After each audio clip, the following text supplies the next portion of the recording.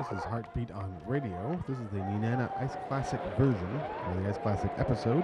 It's 25 minutes and 44 seconds long, and the date is March 21st, 2003. It's 8, 7, 6, 5, 4, 3, 2. Heartbeat Alaska on Radio is brought to you by Alaska Family Housing Services, featuring a new prenatal home. Alaska Family Housing Services provides the comforts of home while you're in the city for education or health care. For more information, call 1-888-453-4833. 1-888-453-4833. It's Heartbeat, Alaska. It's Heartbeat, Alaska. You can hear it from Sitka to Barrow. Gather around for Jeannie's show. It's the Aleut, the Indian, and the Eskimo.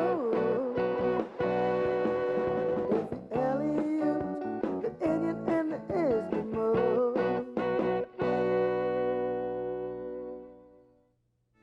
Hello, everyone, and welcome to Heartbeat Alaska Native News and Native Information. Nice to have you with us. Hello to all our viewers across Canada, Alaska, the lower 48, everywhere. So nice to have you with us. And I'm glad because today is a really great show. We travel once again to Nenana, Alaska.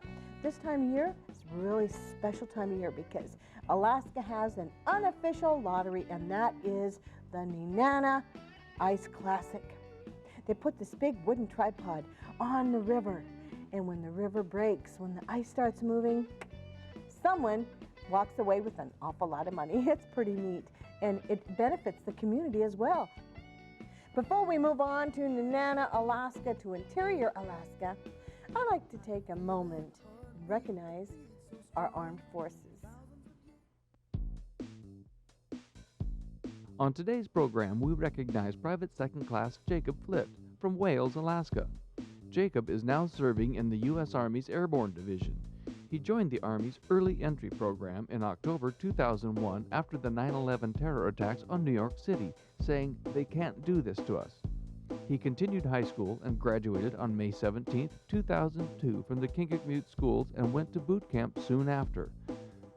While in school, he was the Kinkakmute dance group leader and was involved in the first dance festival held at Wales in 57 years. Jacob says that he will always be involved in cultural activities. He's also an important crew member on a whaling boat and is known for doing things right the first time. All of his friends and family are proud of his accomplishments and patriotic resolve. Thank you, Private Second Class Jacob Flitt from Wales, Alaska.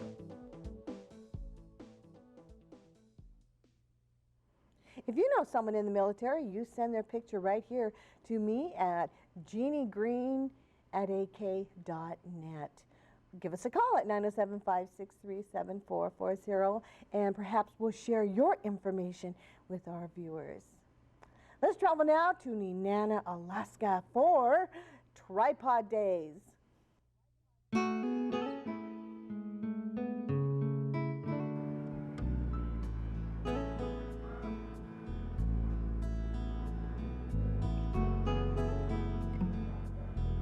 Nenana is a perfect picture of small-town Alaska, an hour's drive south of Fairbanks.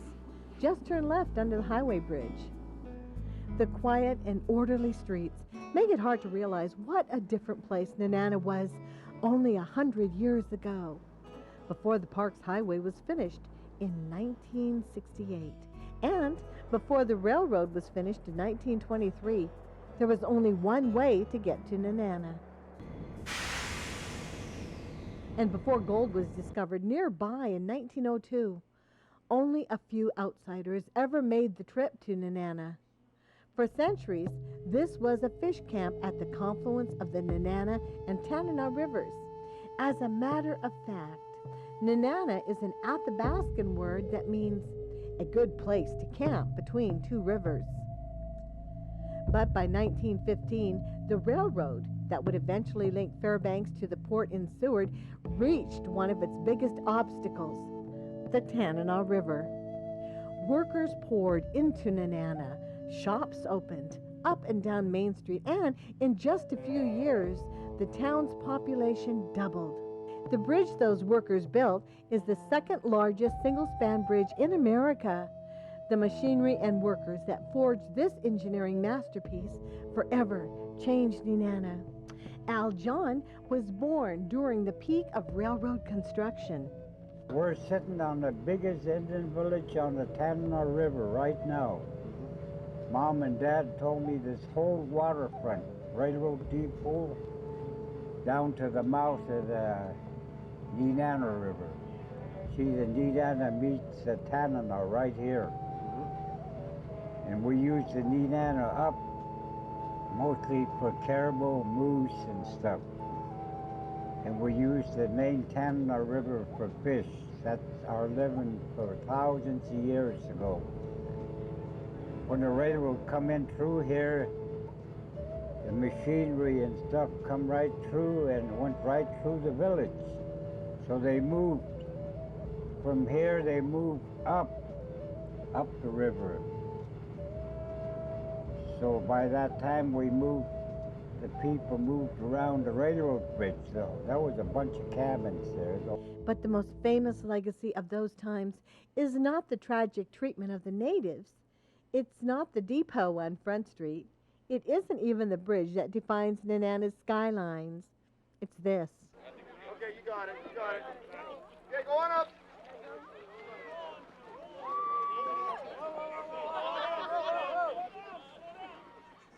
The Nenana Ice Classic. You see, back in the winter of 1917, a couple railroad workers placed bets as to when the ice on the Nenana River would break up. The next year, a few more people bet. Soon, just about the whole town was in on it. And today, thousands of people around Alaska take part. So how does it work? We get a bunch of guys on that rope, and we get a bunch of guys on that rope, and they lift.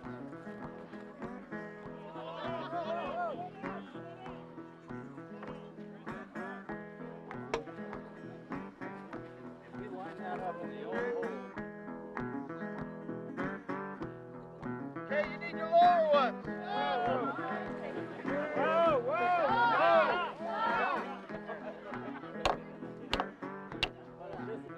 For $2.50, you can place a bet on the day, hour, and minute that you think the ice will break up on the Nenana River, sending this tripod downriver. A cable is attached to the tripod, Yeah, let's pull the ladder down just a little bit. and the other end attached to a clock. When the cable pulls tight and snaps, the clock is stopped, and a few people are a lot richer. Tim McManus is a lifelong Nenana resident. He came down to the river today to help put up the 30-foot tall tripod. Sometimes it'll go past the bridge there, and last couple of years I think it dropped, and then the ice didn't go out, it just fell, snapped the wire. Oh, it's 1 second away last year, man. Oh, that was so... Oh, man, I have to get... Over 50% of the pot goes to the winning ticket holders, and the rest is donated to charitable causes within the community. For the people here today, the river breakup means a chance at $300,000. But for others who have lived here for many years, the river breakup means a great deal more. Miles Martin is an artist living in Nenana. He spent years running a trap line. In the past more than now, we depended on the river. We were a river community. All of the supplies came in on the river. So everybody would be waiting for fresh things to come in the spring. And we would go down, we as a people would go and look at the ice during breakup every single day. I've done that and just waited and sat there on a bench watching and wondering, when is it going to go out? When can the first boat get here? When can I get to civilization in my boat? It's a weekend of fun for the locals and those who have traveled miles to be part of this annual event, a weekend that has become known as Tripod Days. For residents and artists from around the area, it's a chance to show off their crafts and perhaps make some money. For others, it's an opportunity to show off their culture and make some smiles. Yeah.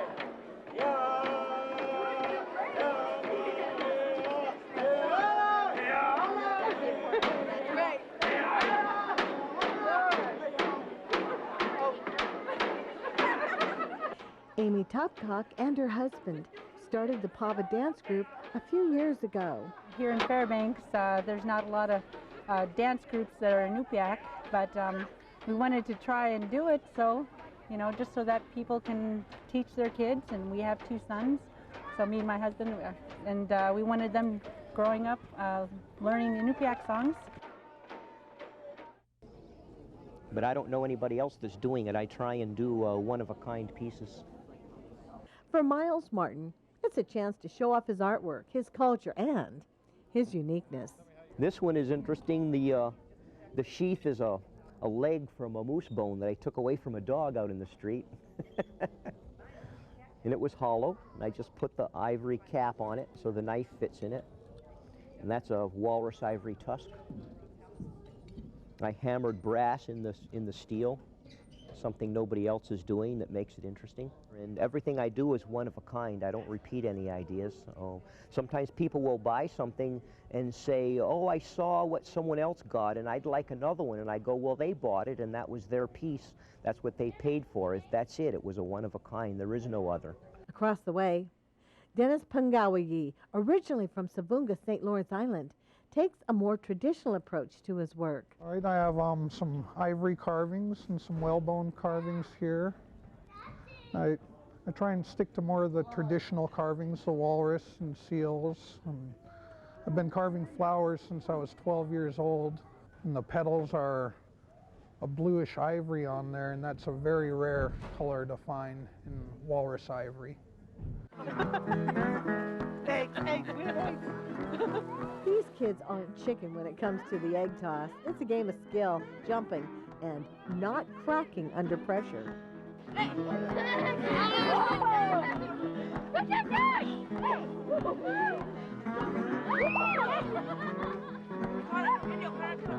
no!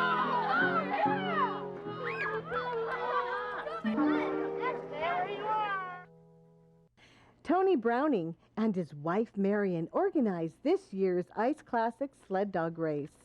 Well, this is a good day. I mean, the tripod's a pretty special event for the Nenana people and a lot of other people, and we were just glad that we were able to give them a hand and put this dog race on for them. Nenana Ice Classic 60 is the name of the race, and it goes from Nenana to Old Minto and back to Nenana again. The race is going to traverse the part of it, the original 1925 Serum Run Trail.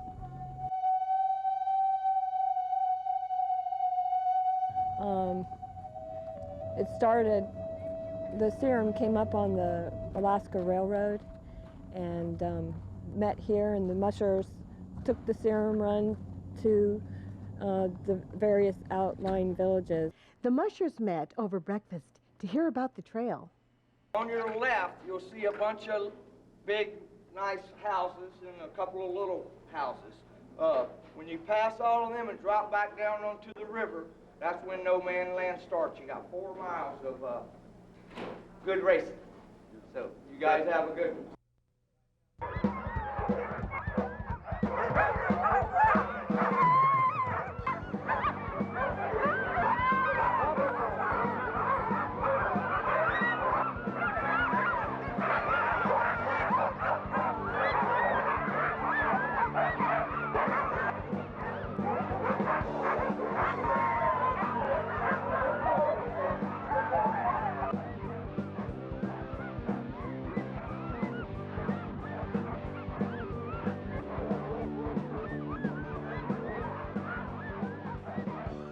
Well, you're really watching the motion of your animals.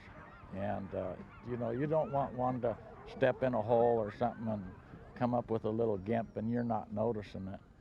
And then, you know, you're looking for clean passes and good rhythm. And basically, you spend most of your time assessing the team's health. For veteran musher Mike Lawless of Two Rivers, Alaska, running his dogs is more than a competitive sport. It's a way of life in rural Alaska. If you take a look at all the sleds today, you know, you'll see the aluminum runners and you'll see cable and all, but still it's the same basket sled that the North American native came up with thousands of years ago. You can sit around and kind of visualize. Mushers you know, hundreds of years ago, trying to figure out how to build a better sled and get a better dog and, you know, provide better nutrition. It really hasn't changed, you know, so, and it's great to be part of it. Running the trail is the reward for months of hard training and long hours for both the dogs and the musher. The hardest part of the experience is getting the dogs to the starting line for the race at hand. But when the team leaves the line and the clock starts ticking, well, there's only one thing that can be said about that moment. It's a relief. Yeah, the energy and the hecticness of the starting line and getting to the starting line is all the work. Once you leave the starting line, you're doing what you love to do. And it's you and the dogs and you're racing and, you know, it's just feet out of the chute. You're all right. Now I've worked hard and the people that helped get me here have worked hard. Now we're doing what we was working for. You know, so it's a real relief to get on the trail. But it's also a relief to see the finish line in sight. For these mushers, it's about the experience of living life on the back of a sled. We asked them what they thought about when they were out in the middle of nowhere, just them and their dogs. Everything from getting something to eat when I get home to not wanting to go home. Sometimes it's so nice out there, you just want to stay out there. And then other times, you know, you're ready to get home to your wife and do other things. But, oh, you think about just about everything, you know. You know, and then, of course, you focus on who's ever in front of you and who's ever behind you. Russell Lane, a former Iditarod musher from Point Hope, Alaska, found himself thinking about something else. I was thinking about the Iditarod. I don't know, I caught myself this morning being pretty excited and anxious, like almost like I was getting ready for the Iditarod. And whether these dog drivers are preparing for next day's Iditarod or just running their dogs for the exercise, they're here because they love what they're doing.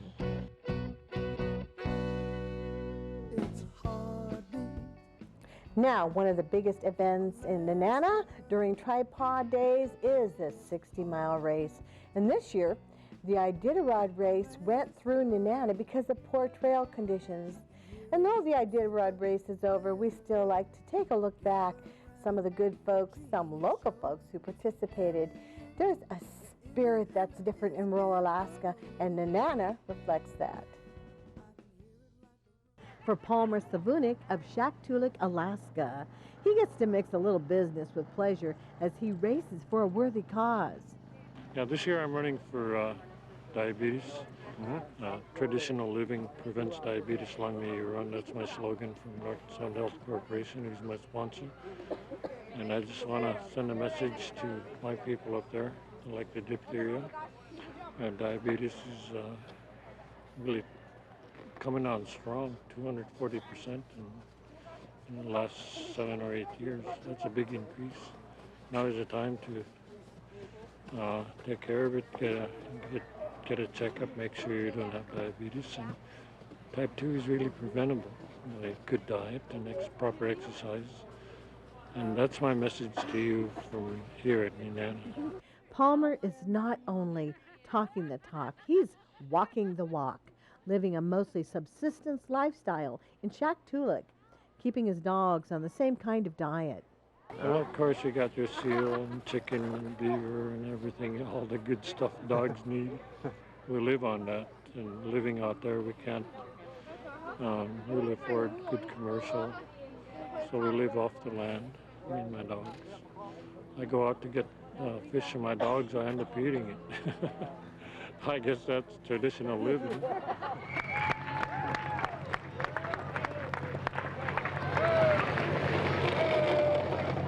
They make it look easy, but it takes long hours and constant dedication to run dogs, especially when it comes to training. What you do is you gradually work your dogs up to, say, like a 20-miler, and then your next step would be a 50-miler, 60-miler. versus like if you're doing a mid-distance race, it's still going to be a gradual thing, training miles. So it's a lot of energy and dedication.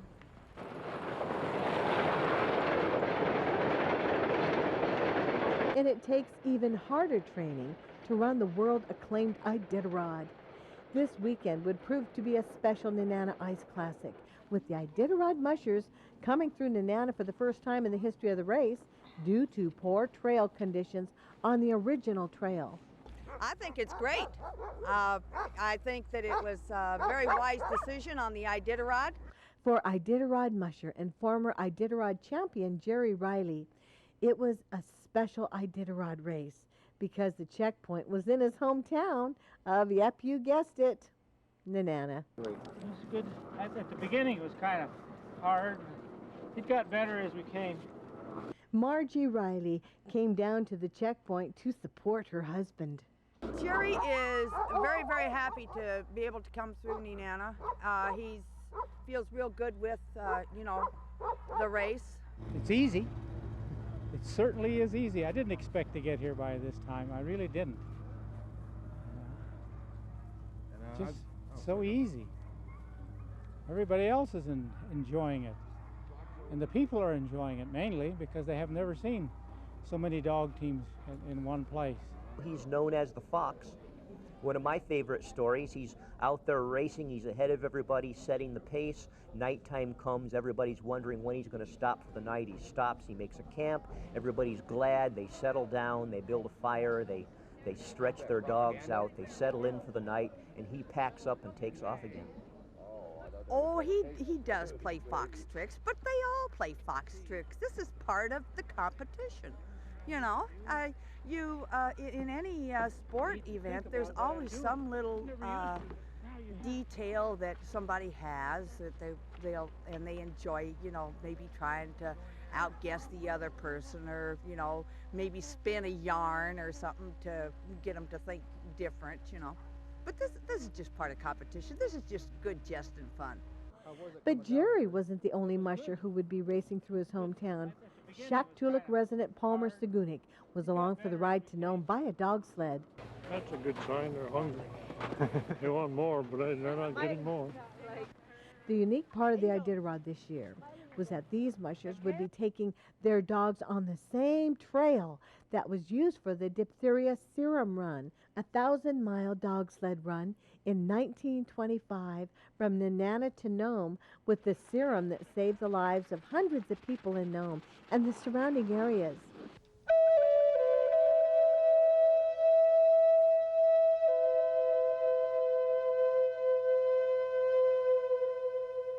For many of these dog drivers, it was a race that would hold a special place in their hearts, running their teams to Nome on the same trail that Leonard Cephala traveled over 75 years ago.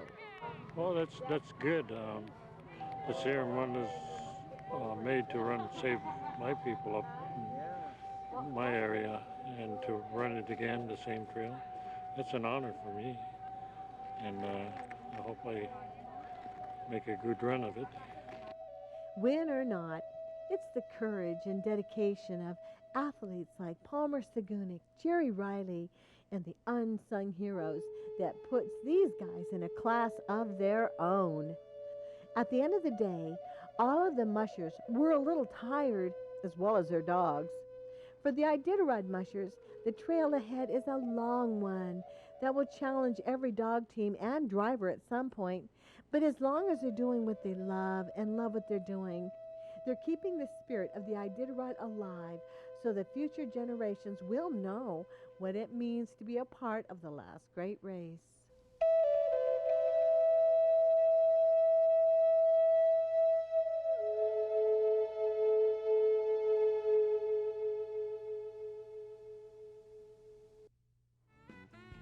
Thank you for joining us for Heartbeat Alaska, and I'd like to thank everyone that made these stories possible. And if you know someone in the armed forces that's overseas fighting the war for America, won't you please send us their picture and some information? We'd love to share them with our good viewers. Thank you, everyone, once again. And join us again for more Native news and information next week. To purchase a VHS copy of this program, have your credit card number ready and call area code 907-563-7440 or mail $20 check or money order to Jeannie Green Productions, 6216 Old Seward Highway, Anchorage, Alaska 99518. Heartbeat Alaska on Radio is brought to you by Alaska Family Housing Services, featuring a new prenatal home. Alaska Family Housing Services provides the comforts of home while you're in the city for education or health care. For more information, call 1-888-453-4833. 1-888-453-4833. Your heartbeat will never die.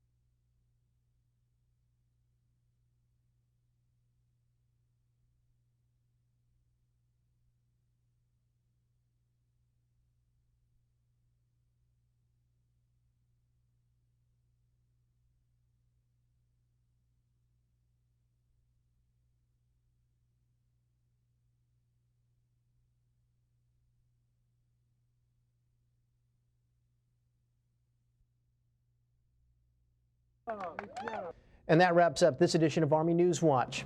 When you're in Old Lyme, Connecticut, you can catch us on Adelphi Public Access Channel 27. Those in Watertown, South Dakota are watching Mid-Continent Cable Channel 3. In Augusta, Georgia, turn on Comcast Cable Channel 66. And on Fort McCoy, Wisconsin, keep up with the latest news by watching Channel 6. To all of you, thanks for watching, and be sure to tune in next time for the stories that make America's Army.